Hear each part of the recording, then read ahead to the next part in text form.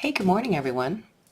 All right, so since I put this tutorial out yesterday, I had a couple of emails that asked about how secure this setting might be for larger stones, as well as, how to cinch these up a little bit better.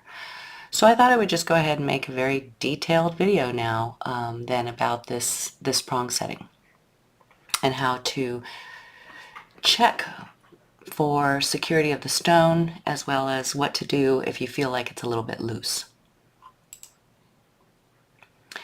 So the first thing, we can talk about is the obvious. The obvious insecurity with all prong settings is, will my stone pop out the front if I give it some pressure in the back, right?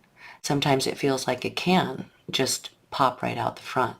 And certainly, looking at this frame, if I put my fingers right here and pushed hard enough, I absolutely could probably force this stone out of this setting. Okay? We could force a stone out of every wire wrap setting if we tried hard enough, right? But the important thing about this particular prong setting, to make sure it's secure, when you're building it, it needs to be real tight here at the neck, okay? When you bring it around the stone and you pinch all those four wires together right here at the neck, that should be a real nice tight grip. Your prongs should lay on the upper shoulder all the way around the stone. And they should lay nice and flat and nice and secure. So yeah, while I can probably push hard enough, is it really going to fall out on its own with normal wear and tear? Probably not. However, here's how we can put more prong on top of the stone, and how we can secure this frame a little bit more with some simple maneuvers, okay? So first, let's examine the frame. You notice that it's a basket, right? We started out making the strip of prongs, and then we attached another frame wire and brought it around the cabochon and cinched it up at the top. So that leaves us with this, little ridge right here. We attached, not attached, but we wrapped an additional wire layer onto those two initial layers when we coiled this back wire, okay? And that gives a little more coverage to the base of the stone. But let's say my prongs are short. It literally is like flipping, this out a little bit more to give you more forward prong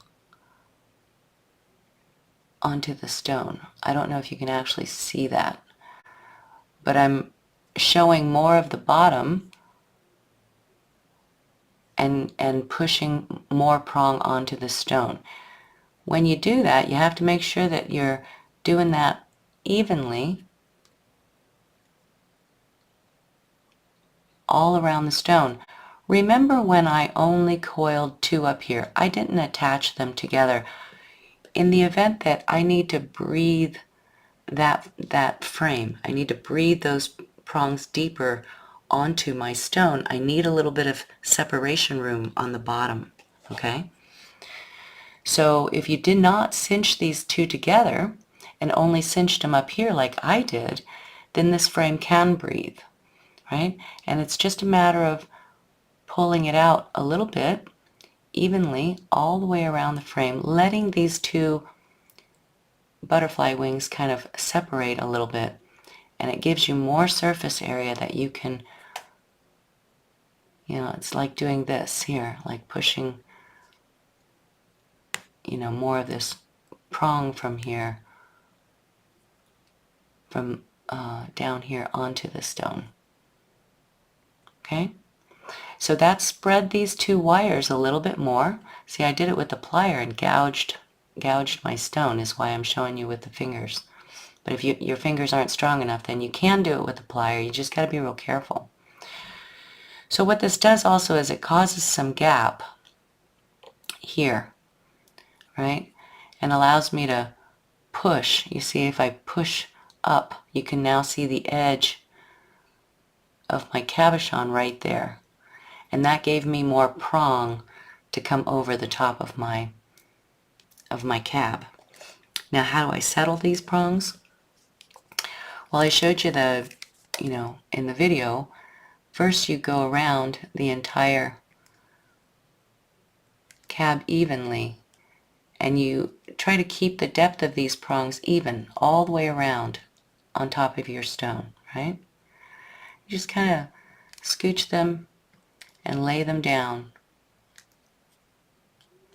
Try not to over push one side or the other. You're looking for the same distance. See, it's a little bit shy underneath here. So I can push these forward slightly and scooch in this frame. Okay? Now you see how they're slightly lifted there? It's because I gave more, space back here, so there's now more room for it to do this. So I need to lay the prongs more down onto the stone. That was the purpose of all of this. So I'm pushing the frame up here to make sure I'm level with the cab, more level, you see? And that's giving me more prong to come over the stone. And I'm doing this with the end of my rubber plier. And when you're happy with the depth of these prongs on the stone,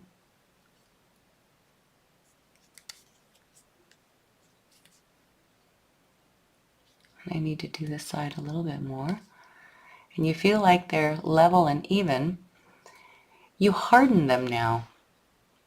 And I'll show you how to do that. I do it by burnishing.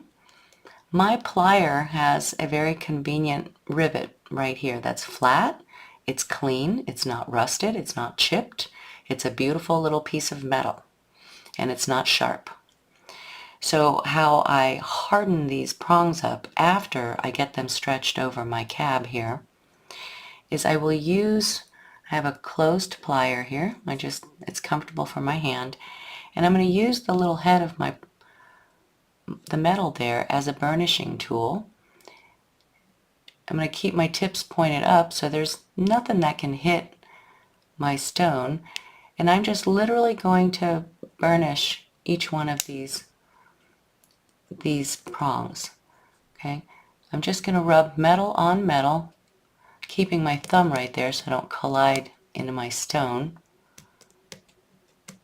If you have a little burnisher, use that. But if you don't, you can just use something non-sharp, more blunt,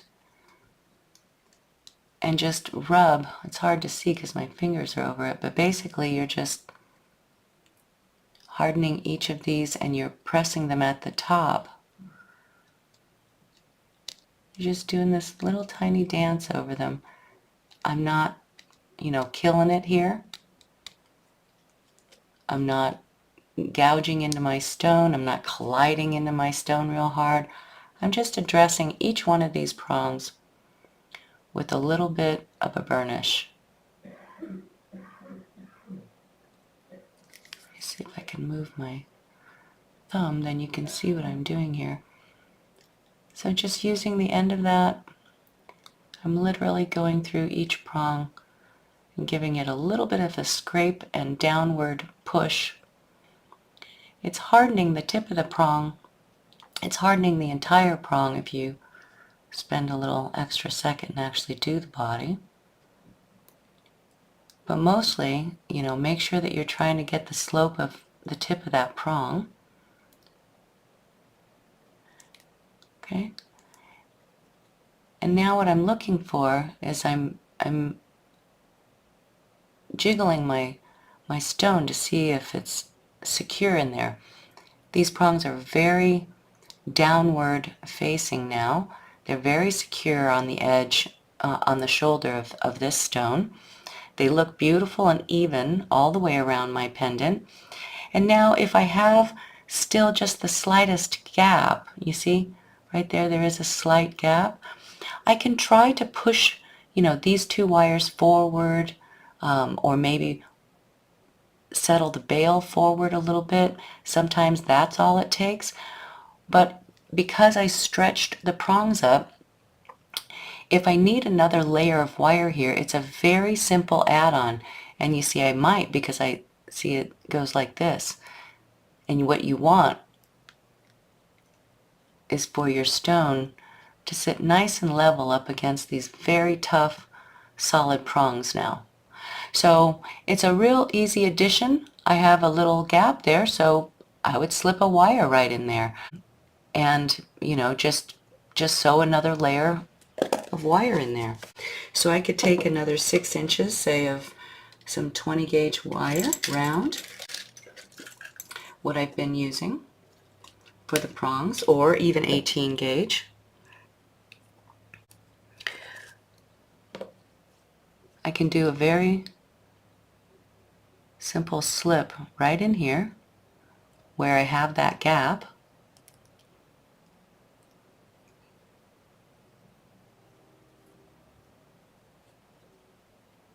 And using some additional 28 gauge, I can just make a nice, design back here and fill in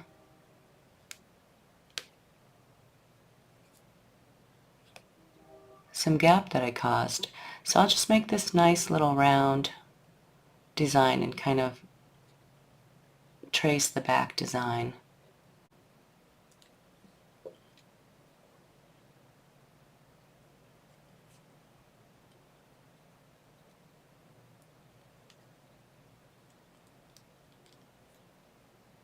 And I'll just make sure that I'm on the inside of those coils. And I'll use another 28 gauge and, just attach this wire. So I'll just keep it right there for now. It gives me a little bit of additional wire if I need to, or want to do another little design or more design on the front. And if not, I would just fold these down, into a nice little ending spiral right there. So I'll start a piece of 28 gauge to make a demonstration. I've got just a foot of it here. I've got my 20 gauge round wire slipped into that space. And the same, I'm going to slip right in here with my 28 gauge wire.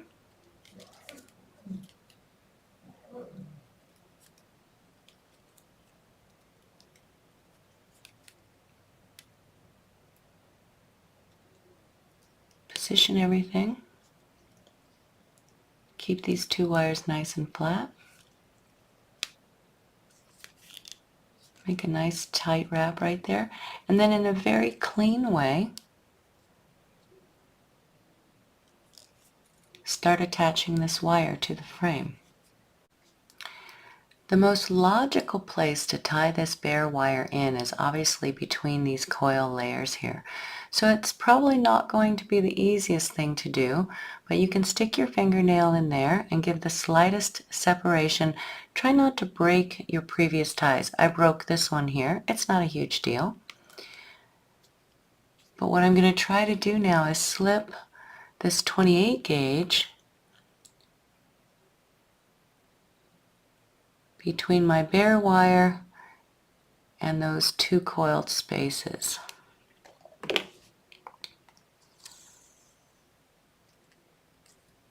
To tie this additional wire on. Okay, and I don't need to do solid coils. I can do stretched coils to make it easier on myself. I'll move down a little ways,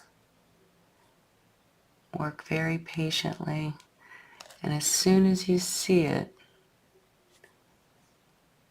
get a fine plier and grab it. Work it through. Get a nice tie in place. Push all that back up and together. Come down here. Get a tiny separation with your fingernail.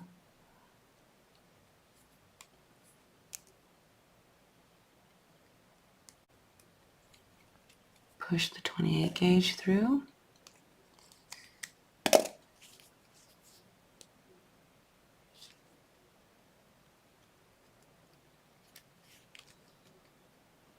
The purpose was to give us more prong that we could push onto the shoulder of the stone. So be careful as you're working that you don't pull them all back. And if you do, because here's a little gap while I'm still sewing all of this on, then just after you get this on, you go through the same motions, go around with your soft end of your plier and push everything back up and together. Okay, just make these wraps nice and neat so that when you look at the pendant from the front, you don't see so much of this stretch. Just make it attractive.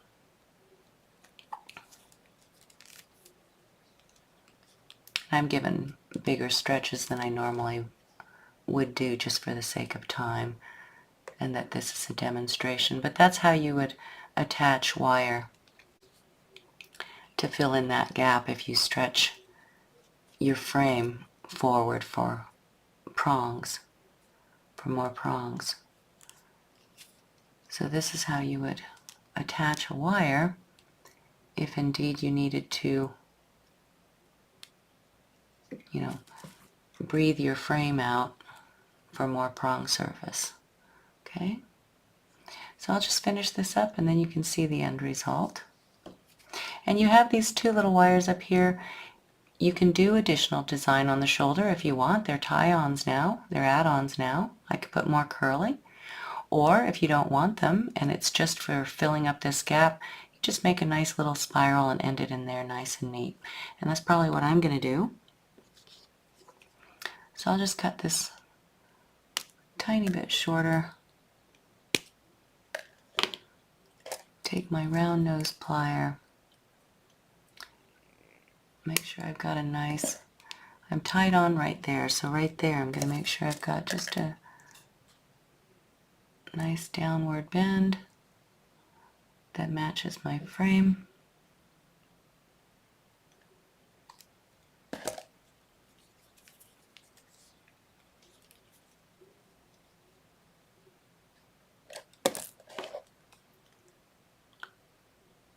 And I'll just make a little spiral right there.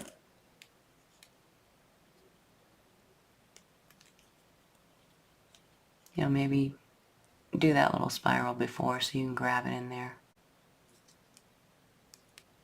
Okay.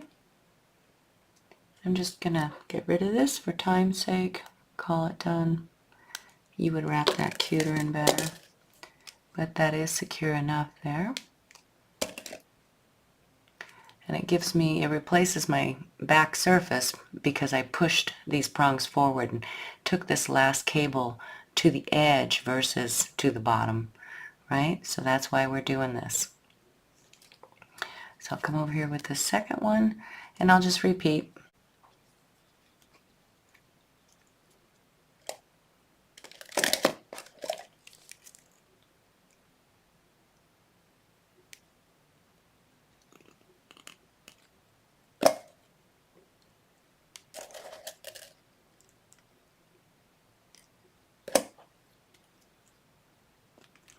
So if you do that ahead, then when you go to tie this in, it should be a little bit easier to catch both of them from this side if you wanted to do it from this side.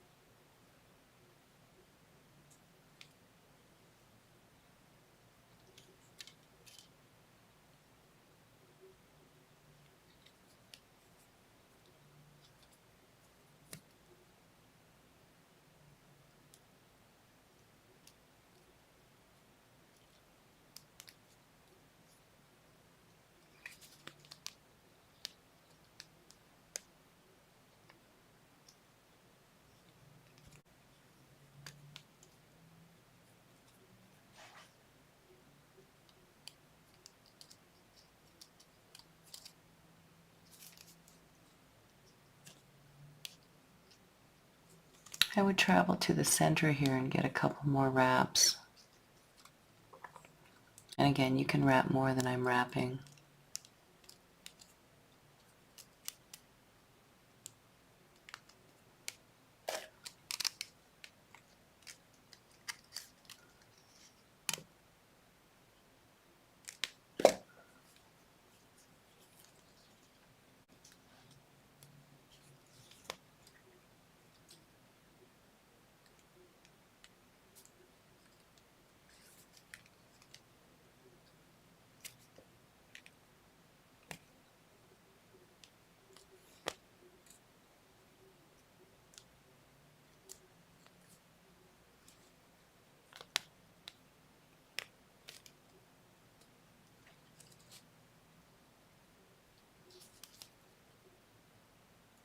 I'll just end it discreetly somewhere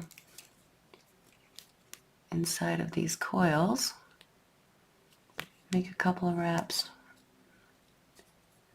and then just try to break the wire to the inside or cut it.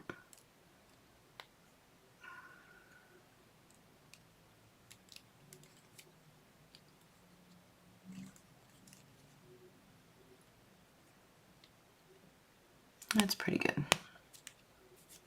Okay. So that should be very secure now. And you can see that the prongs are all touching the edge of the cab. It's pretty good enough. And you can visually see that it's very tight. All right. So that's how you troubleshoot Ollie. And the most important thing is to make sure you burnish for hardening here. And especially if you go bigger than this stone, all of these, things here will be more important to you to cinch it up. All right? All right, you guys, I hope that helps you. Give me a comment and a thumbs up if you enjoyed this or if this helped you with your prongs. Shoot me some questions if you have them. Thanks. We'll see you next time.